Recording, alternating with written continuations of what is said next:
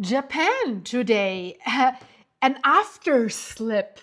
It's after slipping. It's not aftershock, guys. That's why this is very, very interesting because that could tell us what's about to happen next in this dangerous earthquake area. The USGS has it at 7.0.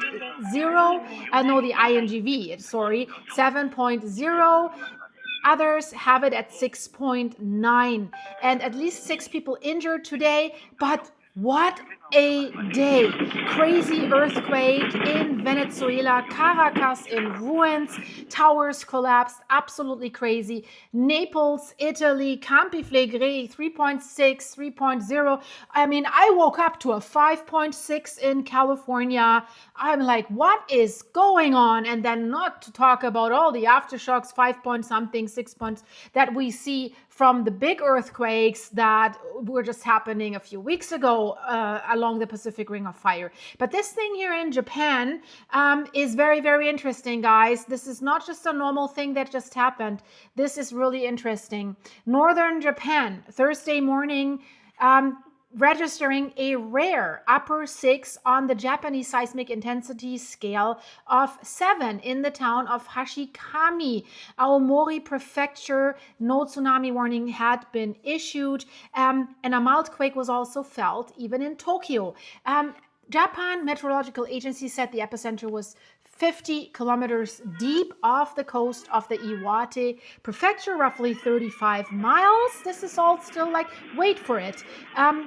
The city of Hachinohe in Aomori Prefecture registered a lower 6, while some cities in Iwate Prefecture registered an upper 5 in the shake intensity scale, not in magnitude. Magnitude was 6.9. An upper 6 is when people can only crawl and when they're unable to walk during an earthquake.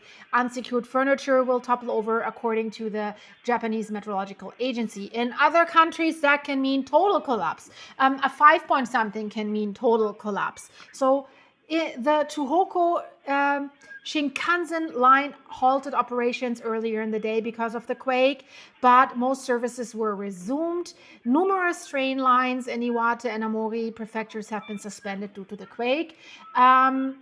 With no indication as to when they will resume. The Prime Minister's office has set up a task force over the quake.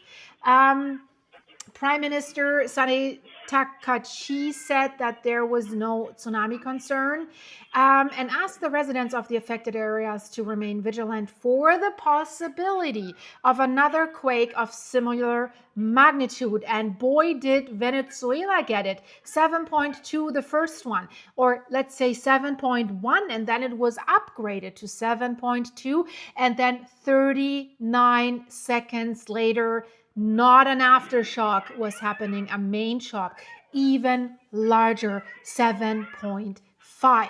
So Japanese Meteorological Agency officials are warning those in areas that are most affected by the quake, particularly those that are living near the Japan Trench and the Kuril Trench. Dangerous subduction area, to be on alert for future earthquakes for up to a week. So we could see larger earthquakes because following a large quake, there's a 10 to 20% chance that another major quake can occur in the same area, especially in the following 2 to 3 days. Or 39 seconds later. I'll put that video on the end screen with the latest videos of the destruction in Venezuela. It's absolutely heartbreaking. But back to Japan. According to the Aomori Prefecture, 5 people have been injured as a result of the quake. I mean, Japan is so well prepared for earthquakes. You can't compare this with Venezuela. One sustained a minor injury after she fell. There have been no reports of damages to nuclear power facilities in the area. Thank you, Japan, because we all remember Fukushima, right? So, Defense Minister Koizumi ordered the self-defense forces to conduct aerial intelligence gathering operations in the quake-hit areas. Guys, northern Japan has been experiencing quakes in the past few months.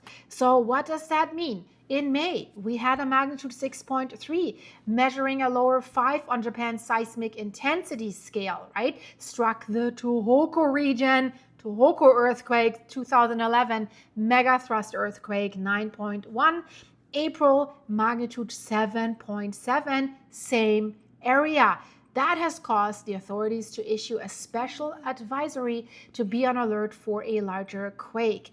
And today, in today's briefing, the head of the agency's earthquake and tsunami monitoring division of Japan said that area is more prone to earthquakes and that major quakes of magnitude 7 or above typically occur there every 20 years, every 10 to 20 years. So that is quite often, I have to say.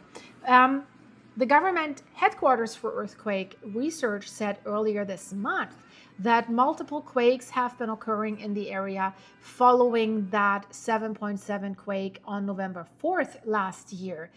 They have stated that they believe this is due to post-seismic deformation in the Iwake prefecture. So now listen carefully. The area is the highest risk zone for a potential megathrust quake, right? According to the officials. So since the April quake that we had there, slow slip has been occurring after the large quake. So it's slipping after the large quake. Is this a good thing? Is that releasing stress? Or is that building stress is the question. It's definitely a phenomenon, and they call it after slip. So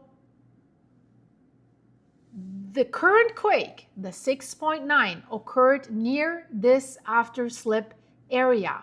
So it's possible that the after slip placed stress on this area, and that could have caused that 6.9 quake. But it has not yet been verified that this is the case. And there is more to that story. There is the source of a 1994 offshore Sanriku earthquake that had a magnitude 7.6, lies in a shallower plate boundary than the source of today's quake. But due to this earthquake, as well as the after slip and other slow slip events that are occurring in the surrounding area, one possible scenario is that an earthquake of a similar scale to the 1994 quake or an even larger magnitude 8 plus earthquake could occur. Boof, there it is. There is potential for shizzy to hit the fizzy. We have to make that clear. So scientists there telling us current science cannot exactly say when such large-scale earthquakes will happen. Yes, we know, but they say, however, guys, they say, however, it's important to stay prepared in case one does occur.